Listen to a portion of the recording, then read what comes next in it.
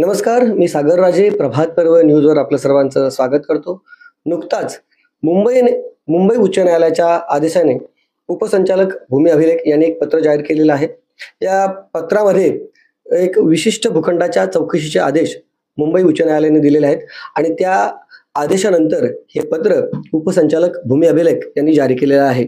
या पत्रामुळे किंवा या आदेशामुळे पुन्हा एकदा मुंबईतील मूलनिवासी असलेला आगरी कोळी यांच्या जमिनींचा जो हक्क आहे किंवा जमिनींचा जो मुद्दा आहे तो ऐरणीवर आलेला आहे. आणि याच अनुषंगाने आपल्याला जमीन हक्काचे अभ्यासक किंवा गावठाण चळवळीचे अभ्यासक राजाराम पाटील साहेब यांच्याशी आपल्याला चर्चा करायची आहे. गेल्या अनेक वर्षांपासून ते आगरी कोळ्यांच्या जमीन हक्काविषयी, गावठाण हक्काविषयी सातत्याने आवाज उठवत आहेत. अगदी मुंबईतील कोळीवाड्यांमध्ये देखील त्यांनी हा संघर्ष केलेला आहे. आणि या उच्च न्यायालयाच्या आदेशाने खरोखरच काही बदल होणार आहे का? मुळात या नवी मुंबईमध्ये किंवा पनवेल उरणमध्ये सिडकोने ज्या वेळेला येथील शेतकऱ्यांच्या जमिनी संपादित केल्या, अर्थातच आगरी कोळ्यांच्या जमिनी संपादित केल्या, त्यानंतर त्यांना 12.5% मोबदला मिळाला. अर्थातच त्यासाठी दिबा पाटील साहेबांनी या ठिकाणी आपलं रक्त सांडलेलं आहे आणि त्यांच्या आहुतीमुळेच म्हणूया की आज ही सदनता येथील लोकांना मिळालेली आहे. मग जर नवी मुंबईतील आगरी कोळ्यांना जर जमिनीचा मोबदला मिळू शकतो, मग मुंबईमध्ये जो मुख्य मुंबई म्हणूया आपण किंवा बृहन्मुंबई म्हणूया, त्या ठिकाणी असणाऱ्या भूमिपुत्राला तेथील जमिनीचा मोबदला का मिळाला नाही? त्यावेळी काय परिस्थिती होती? त्यावेळी कशा पद्धतीने जमिनीचं हस्तांतरण करण्यात आलं किंवा ती कशी संपादित करण्यात आली? तेथे जर म्हणजे इथे जर कोळ्यांना अधिकार मिळू शकतो, तर मग त्या ठिकाणी असलेल्या आगरी कोळ्यांना कोळाचा अधिकार का मिळाला नाही? आता जे नव्याने मुंबई उच्च न्यायालयाने जो आदेश दिलेला आहे त्या आदेशाला अनुसरून जे उपसंचालक भूमी अभिलेख यांनी जे पत्र जारी केलेलं आहे त्याने काही फरक पडणार आहे का, याविषयीच आपल्याला बोलायचं आहे. अर्थातच पुन्हा एकदा आगरी कोळ्यांच्या जमिनीचा प्रश्न आपल्याला मुंबईशी रिलेट करायचा आहे आणि त्यासाठी राजाराम पाटील साहेबांशी आपल्याला बोलायचं आहे. पाटील साहेब, स्वागत आहे आपलं प्रभात पर्व न्यूज मध्ये. नमस्कार. मी सुरुवातच केली ज्याप्रमाणे की नवी मुंबईमध्ये दिबा पाटलांच्या संघर्षामुळे येथील समाजाला सुखाचे दिवस या ठिकाणी दिसत आहेत. परंतु मुळात जो आगरी कोळी जो आहे मुंबईचा, जो सागर किनारा आहे, ज्यांनी भातशेती केली, ज्यांनी मिठागरे त्या ठिकाणी सांभाळली किंवा मिठाचं उत्पन्न घेतलं, तेथील जो आगरी कोळी समाज आहे तो जवळपास देशोडोडीला मिळालेला आहे. आज इथे त्या ठिकाणी असलेला परप्रांतीय सदन झालेला आहे, समृद्ध झालेला आहे. मात्र तिथे असलेला जो मूळ निवासी आहे त्याची अवस्था अतिशय बिकट झालेली आहे. म्हणजे एखादा परप्रांतीय येईल तो तिथे सुखी धनदांडगा झालेला आहे, मात्र मुळात असलेला जो आपला आगरी कोळी आहे त्याला राहायची देखील पंचायत झालेली आहे. आणि अगदी झोपडपट्टी वसाहत काही ठिकाणी आहे असं बोललं जातं. तुम्ही तर त्याचे संपूर्ण अभ्यासक आहे. ही परिस्थितीच मुळात काय उद्भवली याविषयी आपल्याला बोलायचं आहे. परंतु सुरुवातीला मात्र जो मुंबई उच्च न्यायालयाने जो आदेश दिलेला आहे त्याविषयी आपल्याला बोलायचं आहे. मुंबई उच्च न्यायालयाचा आदेश आणि त्या आदेशाला अनुसरून जे उपसंचालक भूमी अभिलेख यांनी जे पत्र जारी केलेलं आहे किंवा जाहीर केलेलं आहे त्याचा नेमका उद्देश काय आहे आणि त्याच्याने काय फरक पडणार आहे साहेब, मला सांगा. सर्वप्रथम कुळ कायद्याचे शिल्पकार आदरणीय नारायण नागू पाटील, आगरी समाजाचे नेते आणि डॉक्टर बाबासाहेब आंबेडकर यांची आठवण काढून त्यांच्याबद्दल मी कृतज्ञता व्यक्त करतो. आणि त्यानंतर त्यांना अपेक्षित असलेले नेते म्हणजे कार्यकर्ते दत्ता पाटील आणि दिबा पाटील भेटले की ज्यांनी या जमिनी वाचवण्यासाठी नवी मुंबईत प्रयत्न केला, तुम्ही म्हटलं त्याप्रमाणे. आणि त्यांची चळवळ आपल्याला माहिती आहे की पनवेल उरणमधून गावठाणाची चळवळ म्हणून मुंबईत नेली. तुम्ही त्याचे साक्षीदार आहात. कळंबोलीपासून माहीमपर्यंत तुम्ही तिथे गेला, प्रभात पर्व गेलेला आहे. आणि या सगळ्या चळवळीमध्ये, गावठाण हक्काच्या मुंबईच्या चळवळीमध्ये तिथले भूमिपुत्र आगरी कोळी, भंडारी, ईस्ट इंडियन, आदिवासी यांच्या घरांचा, गावठाणांचा लढा लढत असताना आपल्याला जुहू मुंबईमध्ये म्हणजे वर्सोवा जुहू जो आहे अतिशय महागडा आणि पंचतारांकित परिसर आहे. तिथे मनोज मासिलकर या भंडारी समाजाच्या नेत्याची माझी भेट झाली आणि त्यांनी हा जमीन हक्काचा मुद्दा उचलून धरला. आणि त्यांच्या प्रयत्नाने तिथे असलेले सूर्यकांत लक्ष्मण पावसकर यांनी त्यांची जी वस्ती आहे, घरं आहेत, त्या घरांच्या खालच्या जमिनीचा शोध घेत असताना त्यांनी जो पत्रव्यवहार केला माननीय उच्च न्यायालयाला आणि उपसंचालक भूमी अभिलेख कोकण प्रदेश यांना, सगळ्यांनाच त्यांनी पत्रव्यवहार केला, पण त्याची दखल उपसंचालक भूमी अभिलेख कोकण प्रदेश यांनी घेतली. आणि त्यानुसार त्यांनी मौजे वेसावे हा जो वर्सोवा याला आपण म्हणतो, वेसावची पारू सगळ्यांना माहित आहे, परंतु वेसावची कुळं कोणाला माहित नव्हती. म्हणजे आपलं नाच गाणं यासाठी वेसावे प्रसिद्ध आहे. पण जमीन हक्कांचा संघर्ष तिथं मनोज मासेलकर उभा करत आहेत. आणि म्हणून त्यांच्या पत्राला उत्तर देताना उपसंचालक भूमी अभिलेख म्हणतात की वर्सोवा म्हणजे शेती, गावे, साष्टी तालुका अंधेरी येथील शेत जमीन सर्वे नंबर 56 ते 41 व इतर लागवडी केलेल्या व मशागत केलेल्या खुरपणी, पेरणी आणि बागायती झाडे यांची कायदेशीर लागवड करणे व कोकण, रत्नागिरी, सिंधुदुर्ग, रायगड येथील खोतांची कुळे वहिवाटदार म्हणून घर, अंगण, पडवी, गोठा व इतर वेसावे वर्सोवा गावातील खोती जमिनीच्या चौकशीबाबत मान्य उच्च न्यायालयाचे आदेश चौकशी करण्याची विनंती त्यांनी केलेली आहे म्हणजे जिल्हा भूमी अभिलेख मुंबई यांना. आता उच्च न्यायालयाचे आदेश असल्यामुळे याला फार वजन आहे, त्याला महत्व आहे. बाकी कोणी नेते किंवा शेतकऱ्यांनी केलं तर ते केराच्या टोपलीत जात होते, पण उच्च न्यायालयाच्या आदेशाचा अपमान करता येत नाही. आणि म्हणून मुंबईमध्ये डॉक्टर बाबासाहेब आंबेडकरांचा, नारायण नागूंचा कुळ कायदा पोहोचला, त्याचं उपयोजन करण्याचा मान इथे सूर्यकांत लक्ष्मण पावसकर आणि मनोज मासेलकर यांना जातो. इतिहास याची दखल घेईल. आणि तुम्ही म्हणालात तर आज जो प्रचार चालू आहे की कुळ कायदा संपला, कुळ कायदा राहिला नाहीये, असा जे प्रचार करतात ते कोण करतात? जे पूर्वीचे सावकार म्हणजे ब्राह्मण, क्षत्रिय, वैश्य, जमीनदार जे होते ते असं करतात. परंतु कुळांना मी सांगू इच्छितो, कुळं कुठलीही असू दे, इथले आपल्या पालघरचे असू दे, ठाण्याचे असू दे, मुंबईचे असू दे, रायगडचे असू दे, कुळ कायदा हा संविधानामध्ये आहे. आणि संविधानामध्ये समतेच्या तत्वाने जे भूमिहीन लोक होते, शेतकरी होते, त्याला जमिनीची मालकी अजूनही कुळ कायद्याने मिळू शकते. हा विषय या आजच्या पत्रामुळे सिद्ध झालेला आहे. नाही, पण मी सुरुवातच केली अशी की जर नवी मुंबईच्या लोकांना, म्हणजे नवी मुंबई फक्त म्हणजे अगदी पुरण पडवेल हा संपूर्ण परिसर आपण म्हणत आहोत, की त्या ठिकाणी ज्या वेळेला तिथल्या आगरी कोळ्यांच्या, कराडी समाजाच्या सर्वांच्या जमिनी संपादित करण्यात आल्या त्यावेळी त्यांना मोबदला मिळाला. अर्थात त्यासाठी संघर्ष झाला. लोकांना ते दिबा पाटील असतील, त्यांचे तत्कालीन सहकारी असेल, या सगळ्यांनी त्याच्यामध्ये योगदान दिलेलं आहे, ते नाकारता येणार नाही. मग मुंबईमध्ये नेमका काय परिस्थिती होती? तिथे असा संघर्ष झालाच नाही का की त्यांची डायरेक्ट फसवणूक झाली आणि त्यांच्या जमिनी हस्तांतरित करण्यात आलेला आहे? मग महानगरपालिका ज्यावेळी अस्तित्वात आली त्यांनी काय तिथे रोल प्ले केला? त्यांनी या सगळ्या गोष्टीची शहानिशा केली की नाही केली? त्यांनी बांधकामाला जर परवानग्या दिलेल्या असतील तिथल्या बिल्डिंगला किंवा तिथल्या बांधकामांना, मग त्यावेळी काय नेमकं परिस्थिती होती? या सगळ्याविषयी नेमका काय सांगता येईल तुम्हाला? मुंबई महापालिकेने तिथल्या भूमिपुत्रांची दखल कधी घेतलीच नाही. म्हणजे जमीन हक्कांच्या बाबतीत विकासाच्या नावाखाली त्यांनी बिल्डरांना परवानगी दिल्या, त्यामध्ये जमीन कोणाची किंवा जमीन कुठल्या कुळांची आहे, कुठले वहिवाटदार आहेत याचा शोध घेतलेला नाही. हे वास्तव आहे. आणि आज तुम्ही पाहिलं असेल की मुंबई महापालिकेचा अर्थसंकल्प भूषण गागराणी यांनी जाहीर केला. 25 कोटी रुपये संपूर्ण मुंबईतल्या कोळीवाड्यांना, 200 गावठाणांना त्यांनी दिलेत. ज्या आगरी, कोळी, भंडारी, इष्टिने, आदिवासी यांनी मुंबई शहराला जमिनी दिल्या त्या मालकासाठी 25 कोटी आणि बाकी सगळ्याचा हजारो कोटींचा अर्थसंकल्प हा मुंबई महापालिकेतून बाहेर आलेल्या लोकांसाठी. म्हणजे आज ही अवस्था तिथल्या भूमिपुत्रांची आहे. आणि आता हे जे पत्र आहे ती पत्र ज्या जमिनीच्या बाबतीत आहे, तर अशा प्रकारच्या अनेक जमिनी मुंबईतले जे गावकरी आहेत त्यांच्या आहेत, पण त्यांच्या जमिनीचे सातबारे नष्ट केले गेले, प्रॉपर्टी कार्ड दाखवले गेले, त्यामध्ये एक चाळ आणि घर एवढं दाखवलं गेलं. आणि जमिनींचा जो सगळा आहे ती जमिनींची मुंबईत चोरी झालेली आहे. आणि त्या चोरी झालेल्या जमिनीवर आज मोठमोठे टॉवर उभे आहेत. आणि तुम्ही मागची आकडेवारी पाहिली असेल की 2000 टॉवर मुंबईत असे आहेत की त्यांना CCOC नाहीये. म्हणजे जमीन कोणाची हे सिद्ध न करता, कन्व्हेन्स डीड न करता ह्या इमारती उभ्या राहिलेल्या आहेत. जर इथले भूमिपुत्र जागे झाले, दिबा पाटील साहेबांसारखं नेतृत्व जर भेटलं, तर ह्या इमारती आपण कायद्याने उच्च न्यायालयाच्या आदेशाने आज पाडू शकतो. कारण त्यामध्ये जमीन मालकांची दखल घेतलेली नाही, त्यांना मोबदला मिळाला नाही. हे वास्तव मुंबईत पाहायला मिळतं. आपण म्हणतो की मुंबई ही एक आंतरराष्ट्रीय व्यापारी शहर आहे, पण त्या व्यापारी शहरामध्ये तिथल्या भूमिपुत्रांना न्याय नाही, त्यांच्यावर प्रचंड अन्याय होतो.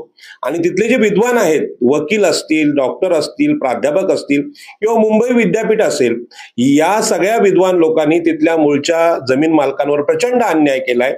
आणि जसं म्हणतात ना, असूनी खास मालक घरचा म्हणती चोर त्याला, अशी अवस्था आमच्या भूमिपुत्रांची झाली आहे.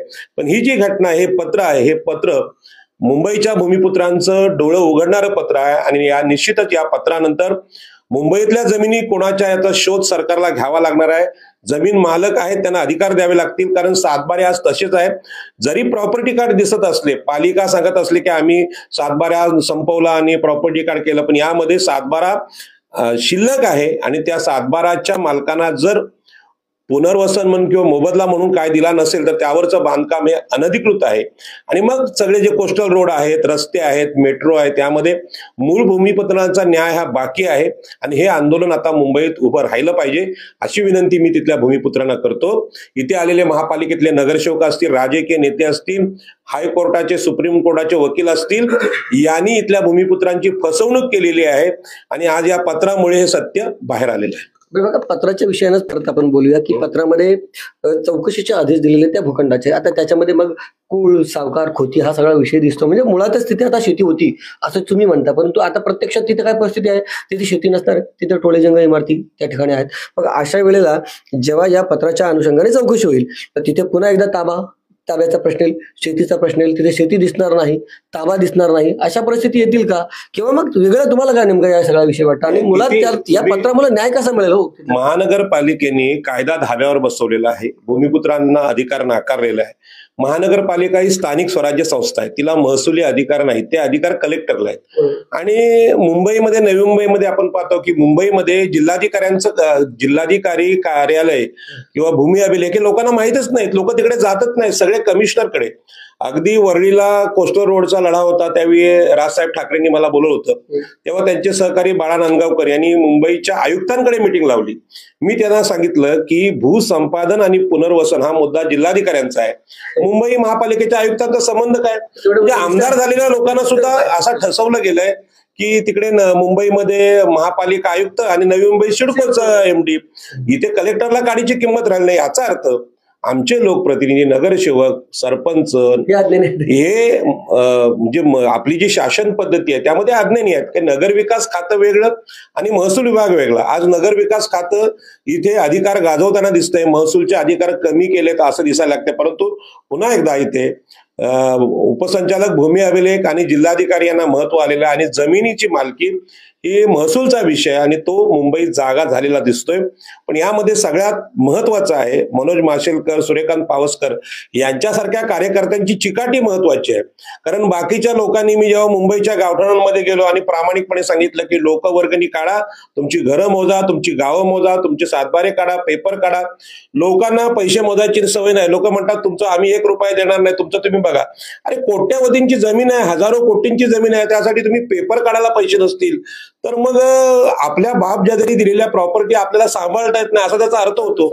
आणि म्हणून लोकांना माझी विनंती आहे की लोकांनी लोकवर्गणी काढावी. मनोज माशेलकर, सूर्यकांत, लक्ष्मण पावसकर यांचे सहकारी यांनी जी लोकवर्गणी काढली आणि हे महत्वाचं पत्र मिळवलं आणि आता जमिनींच्या हक्कांच्या शोधाला, कुळांच्या हक्काला सुरुवात झालेली आहे. हा ऐतिहासिक असा विजय आहे. म्हणजे सत्य, सूर्य, चंद्र यांना फार काल लपवता येत नाही, असं म्हणजे ग्रहण लागलं. मला परत एकदा माझ्याच प्रश्नावर यायचंय की चौकशीचे आदेश मिळाले 100%, परंतु ते चौकशी केल्यानंतर आता सध्या काय होईल? मला काय म्हणायचं, तिथे शेती दिसत नाही, म्हणजे शेती दिसत नाही किंवा आता तिथे जर बांधकाम दिसतं मग ते ताबा कोणाचा, या सगळ्या गोष्टी आहेतच ना. म्हणजे ताबा कोणाचा असला तरी कुळांचे अधिकार नष्ट करता येत नाही. आपण खारघरच्या एका प्रकरणात बघितलं, म्हणजे तो मुलगा होता, त्यांची कुळांची जमीन होती आणि ती दुसराच एक सावकार घेत होता, पण कुळांचे जे 48ला मिळालेले अधिकार आहेत ते नष्ट करता येत नाही. आणि कुळांचा जमीन मालकीचा अधिकार न पाहता पालिकेने दिलेली परवानगी आहे ती चुकीची आहे, फसवणूक करणारी आहे. त्यामुळे ती इमारत पाडली जाऊ शकते. आणि रिडेव्हलपमेंटमध्ये पण अनेक तज्ज्ञ सांगतात की तुमचं कन्व्हेन्स डीड नसेल आणि तुम्ही डेव्हलपमेंट करायला गेलात तर तुमची जमीन मालकी सिद्ध झाली नसेल तर आकाशात बंगले बांधता येत नाही किंवा आकाशात घरं बांधता येत नाही, ती जमिनीवर बांधावी लागतात. ती बांधण्यापूर्वी जमिनीचा मालक कोणाचा शोध घ्यावा लागतो आणि मुंबईतले जमिनीचे मालक हे आगरी, कोळी, भंडारी, ईस्ट इंडियन, आदिवासी आहेत. त्यांचा शोध घ्यायची वेळ आता आलेली आहे, हे मला सांगायचं आहे. बरं, खरोखरच रिडेव्हलपमेंटचा आपण मुद्दा घेतला, म्हणजे आता जे सगळं बांधकाम आहे कदाचित उच्च न्यायालयाचा आदेश मिळेल तर तोडक कारवाई संदर्भात बोलल्या जातील, सगळ्या गोष्टी ते तोडलं जाईल किंवा पडेल हे सांगता येणार नाही. परंतु मूळचा तो जमिनीचा हक्क त्यांचा हिरावता येणार नाही. जेव्हा ती जमीन पडते तेव्हा जमीन म्हणजे इमारत पडते तर तोडली जाते, तेव्हा ज्या वेळेला ती जमीन खाली होते त्यावेळेला तो मालकी सिद्ध झाल्यानंतर त्या तिथल्या मूळ मालकांना तो अधिकार मिळू शकतो का? 100% किंवा त्या वेळीला नवीन बांधकामासाठी ते अडचण आणू शकतात का? हो, आता तुम्ही पाहिलं असेल की मागे वसई विरारला 40 बिल्डिंग तोडण्याची कारवाई न्यायालयाच्या आदेशाने झाली आणि त्यात गरिबांची घरं तोडली गेली. तर गरिबांची घरं तुम्ही तोडू शकता, तर श्रीमंतांची आणि धनदांडग्यांची सुद्धा ती चोरीच आहे. आणि कायदा सर्वांना समान आहे, म्हणजे कायद्याच्या बाबतीत असमानता ठेवता येत नाही. म्हणजे अमिताभचा बंगला एखाद्या कोळ्याच्या जागेवर आला किंवा शाहरुख खानचा बंगला एखाद्या आग्र्याच्या किंवा भंडाऱ्याच्या जागेत आला तर तोडला जाणार. ते काय लाडके नाही आले. संविधानामध्ये अदानी आणि आदिवासी हे समान आहेत. मताचा अधिकार एकच मताचा आहे. त्याच्यामुळे हे तोडले जाणार आणि तोडले जावेत. कोणी जर आमच्या जमिनीची चोरी केली असेल, गावठाणाची जमीन असेल, कोळीवाड्याची असेल किंवा आगरी कोळी माळी भंडाऱ्यांची शेत जमीन असेल, याच्यावर कोणी पालिकेच्या परवानगीने अशा प्रकारचे अनधिकृत बांधकाम केलं असेल, टॉवर बांधले असतील, ती तोडायची जबाबदारी आमची आहे. आम्ही ते तोडणार आणि जमिनींचा ताबा घेणार आणि पुन्हा एकदा मुंबईचे जे मूळ भूमिपुत्र आहेत यांचं जे वैभव आहे त्यांना आम्ही मिळवून देऊ. यासाठीच डॉक्टर बाबासाहेब आंबेडकर, नारायण नगो, दिबा पाटील, दत्ता पाटील लढलेले आहेत आणि या लढा आम्ही मुंबईत गाजू.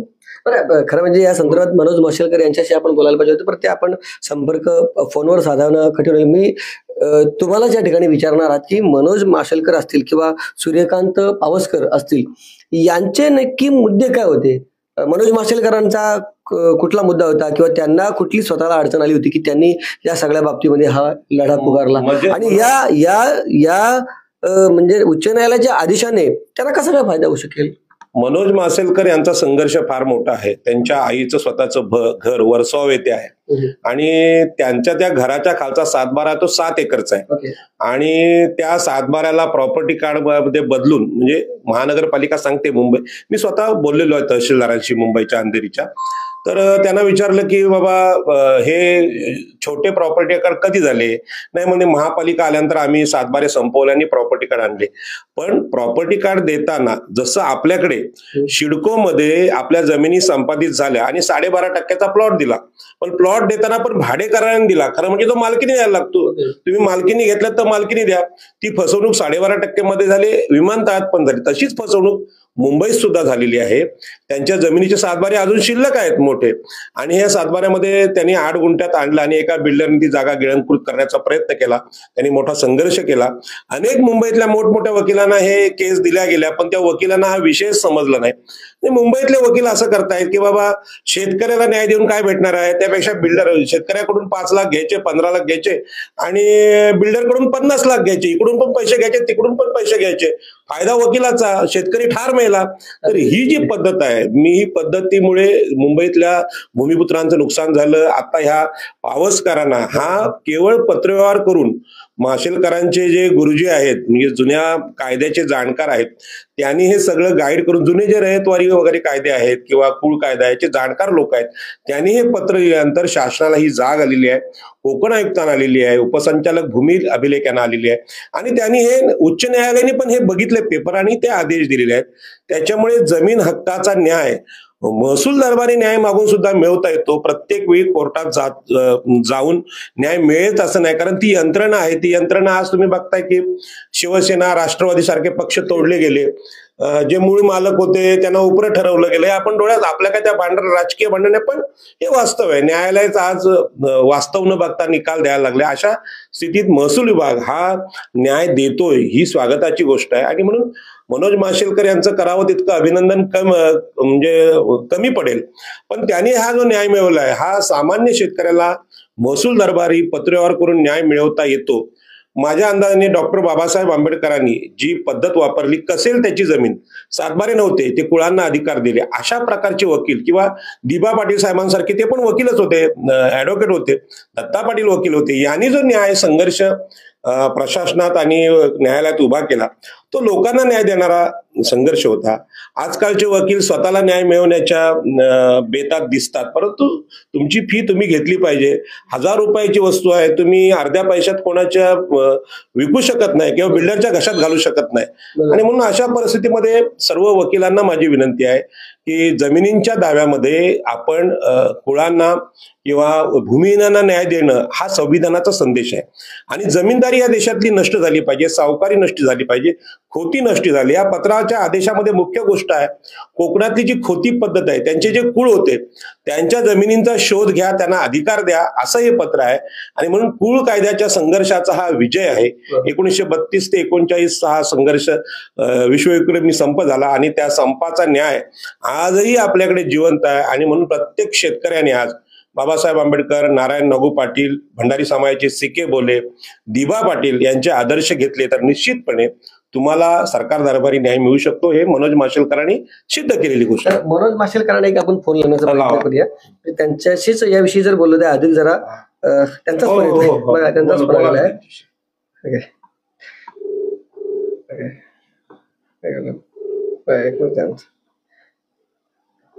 लागलाय का त्याला? नाही. ओके. माशेलकर साहेब, आवाज येतो का तुम्हाला माझा? हो, येतो बोला ना. नमस्कार. पाटील साहेबांची मुलाखत चालू आहे आणि त्याच्यामध्ये मी म्हणजे तुमचा फोन प्रयत्न केला लावण्याचा. हॅलो, मला नंबर दिसला, मला वाटतं तुमचाच फोन येतो का, पण तो लावत होते खरं म्हणजे. हॅलो माशेलकर साहेब, सविस्तर चर्चा झालेली आहे या संदर्भात. राजाराम पाटील साहेबांची त्यांनी त्यांचं मनोगत या ठिकाणी व्यक्त केलेलं आहे. मला तुम्हाला थोडक्यात आपण सांगा प्लीज, मुलाखत लांबली नाही पाहिजे.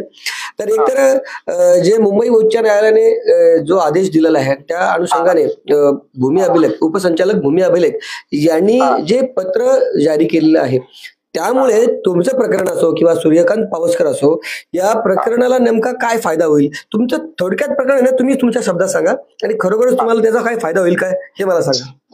नाही, ह्या प्रकरणा म्हणजे उच्च न्यायालयाचे जे आदेश आहेत हे फार पूर्वीच झाले आहेत, पण त्याचं इम्प्लिमेंट झालं नाही, कारण ते करायचंच नव्हतं. म्हणून आम्ही एक स्मरणपत्र दिलेलं. त्या स्मरणपत्राच्या अनुषंगाने चौकशी लागली आहे. चौकशी लागली म्हणजे मुळात मुंबईमध्ये म्हणजे शेतकरी आहे हेच कोण मानायला तयार नाही. आणि मुंबई म्हणजे बोललं जातं की शहर आहे, पण मुंबईमध्ये आजही गाव आहे असं या पत्राने सिद्ध झालेलं आहे. होतं. बरोबर आहे. बरोबर. आज या पत्रामुळे काय होणार आहे, या पत्राची जर दखल मुंबईतल्या शेतकऱ्यांनी घेतली तर मुंबईतले 85% बांधकाम ज्यांना ओसी नाहीये, ती बेकायदेशीर आहे, ती तोडायला लागतील. कारण महानगरपालिका म्हणते की म्हणजे म्हणते असं नाही, माझ्याकडे आता तुम्ही फोन वेळेवर केला, अचानक केला म्हणून माझ्याकडे पत्र आहे महानगरपालिकेने दिलेलं, की त्यांचं म्हणणं असं आहे की तुमच्या मालकीशी आम्हाला काही घेणं देणं नाहीये. जमीन मालकी कोणाची असो याच्याशी आम्हाला काही घेणं देणं नाहीये. आम्हाला इथे बिल्डरांनी जे प्रपोजल दिले ते योग्य वाटलं म्हणून त्यावर आम्ही परवानगी दिली. पण 1998 ला एक जजमेंट आली आहे, ती सगळी आता माझ्याकडे नाहीये, पण जजमेंट आली आहे, त्यामध्ये स्पष्ट उल्लेख केला गेला आहे की कोणत्याही प्रकारची बांधकामाला परवानगी जर बीएमसीने दिली आणि त्याच्यामध्ये मोबदला जर शेतकऱ्याला मिळाला नाहीये तर ती बांधकामाची परवानगी ही बेकायदेशीर आहे. तरी देखील शेतकऱ्यांचा अज्ञानाचा फायदा घेऊन मुंबईत डेव्हलपमेंट चालू आहे. तुमचं प्रकरण काय होतं? तुमच्या प्रकरणाला या आदेशामुळे काही नवीन किंवा या पत्रामुळे जो उपसंचालक काय फायदा होणार?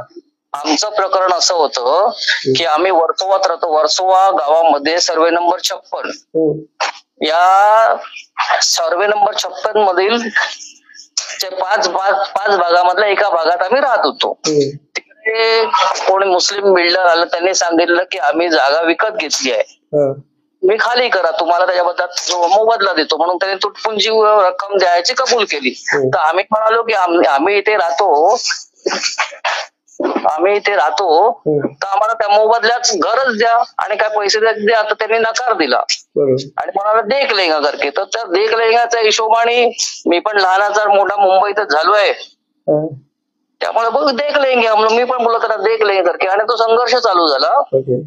आणि तो संघर्ष चालू असताना त्यांना आम्हाला डिस्पजेस का करायचं आहे त्याचा शोध घेतल्यावर आमच्या आजोबांच्या नावाने प्रॉपर्टी कार्ड निघालं तिथे. ओके बापरे. आजोबांच्या नावाने प्रॉपर्टी कार्ड निघालं म्हणजे आम्हाला त्याबद्दल माहितच नव्हतं. तर मला प्रॉपर्टी कार्डनी जमीन मालकी सिद्ध होत नाही.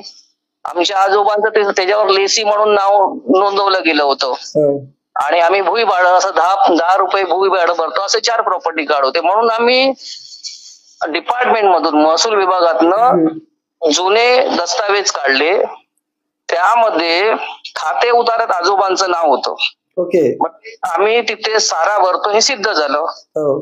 मग त्या अनुषंगाने आम्ही पत्रव्यवहार केला. आमचे गुरुजी आहेत सीताराम जुन्नरकर, यांच्याबरोबर आम्ही तो विषय काय डिटेल आहे त्याचं काढलं आणि त्या पत्रव्यवहार केला महसूल विभागाशी. महसूल विभागाशी पत्रव्यवहार केल्याच्या नंतर त्यांनी आम्हाला एक पत्र दिलंय की आनंदी सीताराम मासेलकर यांची वहिवाट सदर मिळकतीवर दिसून येते. ओके. तरी देखील एवढं सगळं असताना देखील माझं घर महानगरपालिकेने, पोलीस प्रशासनाने आणि महसूल विभागाने तिघांनी मिळून तोडलं. अरे बापरे. हो, तोडलं अक्षरशः. म्हणजे माझं एक छोटस, माझी आई आणि भाऊ तिथे राहतो, झोपडी वजा घर होतं, कौलारू घर होतं. ते घर तोडायसाठी 400 पोलीस, वर्सोवा पोलीस स्टेशननी 400 पोलिसांचं प्रोटेक्शन दिलं गेलं होतं तेव्हा, आणि ते बेकायदेशीर होतं हे नंतर आम्हाला माहित पडलं. पण दबाव निर्माण करायचा आणि मुंबईतल्या जमिनींचा ताबा मिळवून द्यायचं हे काम आज मुंबई महानगरपालिका, पोलीस प्रशासन आणि महसूल विभाग करत आहे. कॉन्ट्रॅक्टच घेतला त्यांनी, म्हणजे खाली करून देण्याचा बेकायदेशीर. नाही, कसं आहे, आपण म्हणजे गुंडांना सुपारीबाज म्हणून बोललं जातं, पण आज महसूल विभाग, पोलीस प्रशासन आणि महानगरपालिका यांनी जवळजवळ बिल्डरांकडनं सुपारी घेतले आणि मुंबईतल्या भूमिपुत्रांना बेदखल करायचं. म्हणजे एक ते बेदखल कुळं झाली आहेत, आता मुंबईतल्या भूमिपुत्रांना बेदखल करायचं हे ठरवलं आहे. अतिशय भयानक स्टोरी आहे. अरे मी काय म्हणतो, ह्या पत्रामुळे तुम्हाला काय फायदा होईल थोडक्यात सांगा. नाही, या पत्रामुळे म्हणजे माझ्याबरोबर जी घटना घडली आहे ती आणि कोणाबरोबर घडू नये म्हणून मुंबईतले जे भूमिपुत्र आहेत त्यांनी जागृत व्हा. आणि या पत्रामुळे आम्हाला आमचं टायटल म्हणजे जमिनीची मालकी सिद्ध करता येणार. आता ह्या पत्राने आम्ही आणखीन हे पत्र तुम्हाला फक्त एक म्हणजे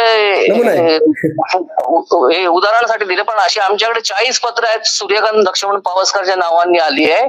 आणि आता शेवटचं जे पत्र आलं त्या पत्राच्या अनुषंगाने नगर भूमी अभिलेख यांनी स्पष्ट हे केलंय की आदेश झालेत की तहसीलला त्याचं नाव सूर्यकांत लक्ष्मण पावसकर याचं नाव सर्वे नंबर 41 वर दाखल करा म्हणून. Okay okay. उद्या जर माझं त्याचं नाव सर्व दाखल होते प्रॉपर्टी कार्डवर ऍज अ वहिवाट म्हणजे टायटल क्लिअर प्रॉपर्टी झाली ती, त्या वहिवाटीला कोणत्याही प्रकारच्या न्यायालयात चॅलेंज करता येणार नाही. ओके, बरं, धन्यवाद. याला वहिवाट म्हणतात. धन्यवाद माशेलकर साहेब, धन्यवाद. खरं म्हणजे तुमच्याशी फोनवर बोललो आपण, समोर असायला पाहिजे होते, परंतु ठीक आहे, आजकाल टेक्निकल गोष्टींचा उपयोग करून या गोष्टी आपल्याला साध्य करता येतात, किंवा आपलं म्हणणं तरी फोनवर आपण या ठिकाणी मांडू शकला. पाटील साहेब, आता मला काय म्हणायचं की ह्या सगळ्या गोष्टीमुळे तुम्ही कसं पाहता, किंवा आता मुंबईच्या मूळच्या ज्या आगरी कोळी कराड्यांनी, जी भंडारी समाजाचे लोक आहेत, जे मूळचे भूमिपुत्र आहेत, त्यांनी ही बातमी पाहिल्यानंतर किंवा याविषयी माहिती घेतल्यानंतर त्यांनी काय करायला पाहिजे आता, आणि ते केल्यानंतर खरोखरच त्यांच्या हाती काय लागणार आहे का? प्रश्नच नाही. आता मुंबईच्या कोळीवाड्यांचा, गावठणांचा लढा चालू आहे. ती गावं मोजून त्यांनी आपले प्रॉपर्टी कार्ड, आपली घरं आपली पहिल्यांदा टिकवली पाहिजेत, आपली गावठणं टिकवली पाहिजेत. आणि गावाच्या बाहेरची जमीन आहे ती तुमचीच आहे, मुंबईचे तुम्हीच मालक आहात. याचा शोध घेण्यासाठी जसं माशेलकरांनी आता पत्रावर केला तसा केला पाहिजे. आणि सर्व वकील मित्रांना माझी विनंती आहे की आपल्या संविधानामध्ये सामाजिक न्याय, समता हे आहे, आणि त्यानुसार भूमिहीन लोकांना, गरीब लोकांना जे जमिनीवर जगतात त्यांना न्याय देणं हे आपलं ध्येय असलं पाहिजे. त्याच्यामुळे तुम्हाला हात जोडून विनंती आहे, खास करून पत्रकार बांधवांना, वकिलांना, न्यायालयांना, की तुम्ही हा न्यायाचा विषय घ्या. मुंबई ही ज्यांची आहे त्यांची मुंबई. मराठी माणूस आपण बोलतो, पण मराठी माणूस म्हणजे काय राज ठाकरे आणि मनोहर जोशी नाहीत. मराठी माणूस मध्ये आगरी आहेत, कोळी आहेत, भंडारी, इष्टीने, आदिवासी आहेत, SC ST लोक आहेत, अल्पसंख्याक मुस्लिम आहेत. कारण त्यांनीही मुंबई मोठी केलेली आहे. कारण मुंबईला मासे लागतात, मुंबईला कोंबड्या लागतात, मुंबईला अंड्या लागतात, मुंबईला इस्त्रीवाले लागतात, सगळे लागतात. ते जे कष्टकरी भूमिपुत्र आहेत त्यांना मुंबईत टिकू द्या. सगळेच फ्लॅट 5 कोटीचे 10 कोटीचे केलेत तर त्यांना लागणारी जी माणसं आहेत सेवेसाठी ती कुठून आणणार, ते राहणार कुठे? आणि म्हणून निसर्गाचा जो न्याय आहे तो टिकला पाहिजे. आणि या निसर्गाचा न्याय टिकवण्यासाठी ज्यांच्या जमिनी आहेत त्यांना त्या दिल्या पाहिजेत. आणि त्यांना फसवून तुम्ही मुंबई महापालिका घेत असेल तर मुंबई महापालिकेतल्या नगरसेवकांना माझी विनंती आहे, आज ती स्थिती नवी मुंबई महापालिकेत आहे, ती स्थिती पनवेल महापालिकेत आहे, ठाण्यामध्ये आहे की महापालिका गावठाणांचे अधिकार, गावठाणांचं सीमांकन, प्रॉपर्टी कार्ड मान्यच करत नाही आणि त्या अनधिकृत घरांना ठरवून सांगते वर प्रॉपर्टी कार्ड द्या. आज मुंबई महापालिकेमध्ये फक्त 25-30 कोटी रुपये दिले जातात पालिकेकडून अर्थसंकल्पातून. आणि तिथे आमचे ऍडव्होकेट पेमेंटा, गॉडफ्री पेमेंटा सांगतात की मुंबईतल्या कुठल्याच गावठाणात ड्रेनेज नाहीत अजून. मग मुंबई महापालिका ही आधुनिक आहे, आंतरराष्ट्रीय सांगता तुम्ही, गावठाणांना तुम्ही अजून ड्रेनेज दिले नाहीत जे मुंबईचे मूळ भूमिपुत्र आहेत. मला वाटतं अशीच अवस्था नवी मुंबईतल्या गावठाणांची पण आहे. मग इथे सिडको असेल, MMRD असेल, यांनी ज्यांच्या जमिनी घेतला त्यांचा विकास केला का? म्हणून विकास हा इथल्या भूमिपुत्रांवरचा अन्याय आहे आणि हा विकास आम्हाला मान्य नाही. आता तुम्हाला आमचा विकास करावा लागेल, आमच्यावर फोकस करावा लागेल. यासाठी जमीन मालक आम्ही आहोत ही सिद्ध करण्याचं जे आंदोलन आहे ते अत्यंत महत्वाचं आहे. मी मनापासून मनोज माशेलकर आणि सूर्यकांत लक्ष्मण पावसकर आणि त्यांच्या सगळ्या सहकार्यांचं कौतुक करतो आणि मुंबईच्या प्रत्येक गावागावात, घराघरात हा लढा आपण नेला पाहिजे ही विनंती करतो. मला माहित आहे वर्सोव्यामध्ये मनोज माशेलकर बसलेत, मी राहतो उरणला, मी आता पनवेलला तुमच्याकडे तळोजाला आलोय आणि इथून हे सांगतोय. आणि एवढं सगळं हे करावं लागतंय कारण का हे फिरणं अवघड आहे. मुंबईत जायचं 3-4 हजार रुपयाचं डिझेल जातं, दिवस जातो आणि या सगळ्याला मानवी श्रम आणि त्याला मूल्य आहे. पत्रकार असतील, जमीन मोजणारे असतील, पेपर काढणारे असतील, महसूलला काम करणारे असतील, यांना पैसे द्यावे लागतात. फुकटचं काय कोण काम करत नाही आणि का करावं त्यांनी? आणि म्हणून आपल्या खिशात हात घालून आपला जमिनींचा अधिकार मिळवला पाहिजे. ही गोष्ट मी इथल्या भूमिपुत्रांना सांगतो. फुकट काही मिळत नाही. आणि म्हणून माझ्या कोळीन मावशीने गायलेलं जे गाणं आहे, फाटकी नोट मला घेवायची नाही, धंद्यात खोट मला खावायची नाही, तर आम्ही सुद्धा धंद्यात खोट घालणार नाही. आणि ही फाटकी नोट नाही, हा अस्सल 7-12 मुंबईचा आगरी कोळी माळ्या भंडाऱ्यांचा आहे. त्यासाठी त्यांनी दिबा पाटलांसारखं लढलं पाहिजे हा संदेश मी देतो. आणि प्रभात परूला धन्यवाद देतो की आपण नेहमीच हा भूमिपुत्रांचा मुद्दा मांडलेला आहे. काही पत्रकार मला बोलले की प्रभात परो फक्त जमिनींचेच मुद्दे घेते, दुसरे मुद्दे घेत नाही. बोलो त्यांची ती खासियत आहे, त्यांचा तो ब्रँड आहे. पार्ले-जी म्हटल्यानंतर जे बिस्किटची चव असते तसंच प्रभात परोच्या बातमीची एक चव आहे. लोक वाट बघून असतात ती बातमी कधी येते आणि कधी पाहतो आणि आम्हाला जमिनीचा मालकी अधिकार कसा मिळतो. आणि म्हणूनच ही मोठी इकॉनॉमी आहे, मोठी उलाढाल आहे. मुंबईत जमीनच सगळ्यात महाग आहे. मुंबईत 10 कोटीपर्यंत गुंठा झाला, नवी मुंबईत 5 कोटी रुपये गुंठा झाला. आणि अशा परिस्थितीमध्ये अज्ञानामुळे अलिबाग कॉरिडॉरमध्ये लोक 13 लाखांनी गुंठ्यानी जमिनी देतात आणि त्या नैनामध्ये तर पैसे न देता सिडको सांगते 60% जमिनी सिडकोच्या आणि 40% शेतकऱ्याच्या. याच्यावर प्रश्न विचारणारा एकही राजकीय नेता, एकही वकील, विद्वान का सापडत नाही? एवढे मामा लोक इथे कसे काय निर्माण झाले? मामा म्हणजे बावळट, तर एकही शहाणा का नाही हा मोठा प्रश्न आहे. आणि म्हणून यावर माझं काही चुकत असेल तर आपण प्रतिक्रिया देऊ शकता, पण लोकांनी जागृत व्हावं या कळकळीने मी बोलतोय. मी कोणाचाही विरोधक नाही, सगळे आमचे भाऊ आहेत, सगळे आमचे मित्र आहेत. पण जेव्हा शेतकरी नाडला जातो, फसवला जातो, त्याचं जे दुःख असते त्या दुःखाविषयी राग व्यक्त करणं हा निसर्गाचा स्वभाव आहे आणि तो मी व्यक्त केला. बरं, खरं म्हणजे हा मुद्दा आहे का नाही मला खरं स्वतःला या ठिकाणी मी कन्फ्युज आहे. परंतु एक गोष्ट नक्कीच म्हणता येईल की म्हणजे शिवसेना मराठी माणसाची असं बोललं जातं किंवा या ठिकाणी राज ठाकरे मनसे मराठी माणसासाठी. पण या सगळ्या प्रक्रियेमध्ये मराठी माणूस म्हणजे मुंबईतला आगरी कोळी वजा त्यांनी केला होता का? ही सगळी परिस्थिती दिसते असं म्हणता येईल का? भविष्यात पनवेल महानगरपालिकेच्या निवडणुका आहेत. मग अशा वेळेला या राजकीय पक्षांनी म्हणजे आता तरी शेवटच्या घटकेला, कारण का आता हा सोशल मीडियाचा जमाना आहे, AI चा जमाना आहे, त्यावेळेला तुम्हाला सगळ्या गोष्टी जुन्या काय चुका आहेत त्या आता काढता येतील, आता समजतात. आता तरी शहाणपण आलं पाहिजे का दोघांना, आगरी कोळ्यांना पण आणि या पक्षांना पण, असं नाही म्हणता येईल का तुम्हाला? प्रश्नच नाही. या पार्श्वभूमीवर नवी मुंबई विमानतळाला लोकनेते दिबा पाटलांचं नाव द्या असं आगरी कोळ्यांनी म्हटलं, हीच गोष्ट क्रांतिकारी. आणि हाच प्रश्न मी मातोश्रीवर जाऊन स्वतः बबनदादा पाटील मला घेऊन गेले होते मातोश्रीवर, उद्धवजींना विचारला की हिंदू हृदय सम्राट बाळासाहेब ठाकरे यांचं नाव नवी मुंबई विमानतळाला द्यावं असं एकनाथराव शिंदे आणि सिडको म्हणाली. हा इथल्या भूमिपुत्रांची अस्मिता दाबण्याचा प्रकार आहे. त्याने मोठ्या मनाने सांगितलं की माझ्या वडिलांचं नाव मी मागे घेतो आणि दिबा पाटलांचं नाव देतो. हा उदय आहे भूमिपुत्रांच्या आंदोलनाचा आणि ह्याच्या पुढे भूमिपुत्रांचं नावच नाही तर सातबारा सुद्धा शोधावा लागेल, त्याची दखल घ्यावी लागेल. आणि राजकीय पक्ष कुठलेही असतील त्यांनी मराठी माणसाच्या नावाखाली शेटजी भटजींना मोठं केलं. आता लोढा मोठा झालाय, अदानी मोठा झालाय, तुमचे मनोहर जोशी मुख्यमंत्री झाले, एकनाथराव शिंदे मुख्यमंत्री झाले, फडणवीस झाले, पण मुंबई परिसरात मंत्रालय असून एकही आगरी कोळी माणूस मुख्यमंत्री का होऊ शकत नाही? हा राजकीय प्रश्न. प्रशांत ठाकूर, गणेश नाईकांची तर मला वाईट वाटतं की एवढे मोठे बलाढ्य नेते यांच्याकडे काहीच कमी नाही. 100 आमदार विकत घेण्याची ताकद 200 आमदार विकत घेऊ शकतात गणेश नाईक आणि प्रशांत ठाकूर, एवढी मोठी संपत्ती आहे. पण लढण्याची जी अस्मिता आहे, मुख्यमंत्री मी झालो पाहिजे ही भावना नाही, त्याला ज्योतिबा फुलेंनी गुलामगिरी म्हटलेलं आहे. म्हणजे मनाने ते गुलाम आहेत आणि म्हणून त्यांनी ठरवलं तर महाराष्ट्राचे मुख्यमंत्री होऊ शकतात. आणि सगळ्या ओबीसीना माझी विनंती आहे, जर देशात 52% आम्ही आहोत तर मुख्यमंत्री आमचा पाहिजे, पंतप्रधान आमचा पाहिजे. ही अस्मिता घेऊन मुंबईच्या भूमिपुत्रांनी काम करावं, नाहीतर तुम्ही लुटले जाल, नाडले जाल आणि संपवले जाल आणि इतिहासात तुमच्या इथे लिहिलं जाईल नाही चिरा नाही पणती.